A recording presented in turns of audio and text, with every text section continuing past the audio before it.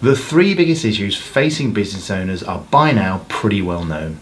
It's time, team, and money. Whether you're lacking in quantity or quality, these are the three things that keep people awake at night.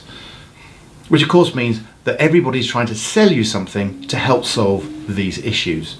Come to our workshop to find out how to sell more, manage your time better, find the right team. Well, that's fine, but the problem is that these three things are just surface symptoms of the real issues that lie deeper beneath. And as a result, these courses don't actually provide the real solutions. They just put a sticking plaster on top.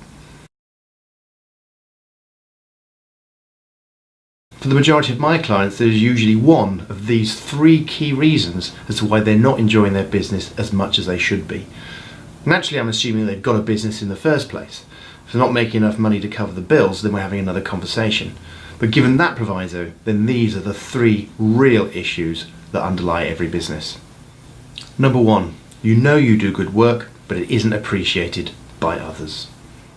No matter how hard you work, there are always clients who are never satisfied, employees who don't put that extra bit of work in, and suppliers that don't demonstrate the same level of quality of service that you expect.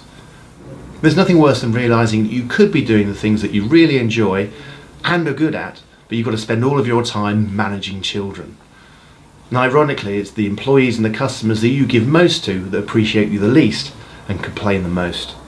The consequences of running around trying to keep everybody happy is that you run out of time, everything costs more to produce than it should, and of course your levels of stress and frustration are through the roof.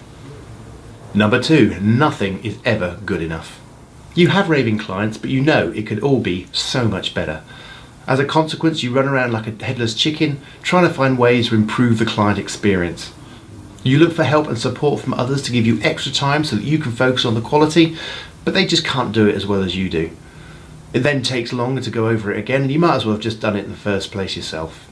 Even when you get an incredible piece of feedback or a testimonial from a client saying how amazing the work you did was, you know deep down that it wasn't the best that you could have done, and that they're probably just saying it to be nice.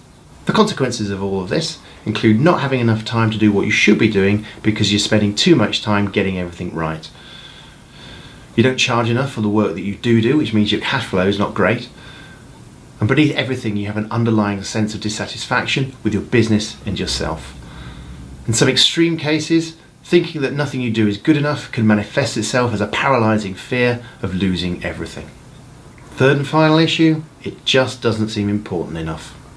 You're in control, business is booming, and you've cracked the earn more, work less conundrum, but it's all just too boring. Sure, you're earning loads of money, but now you find yourself just buying things for the sake of it. Inside, you feel dead.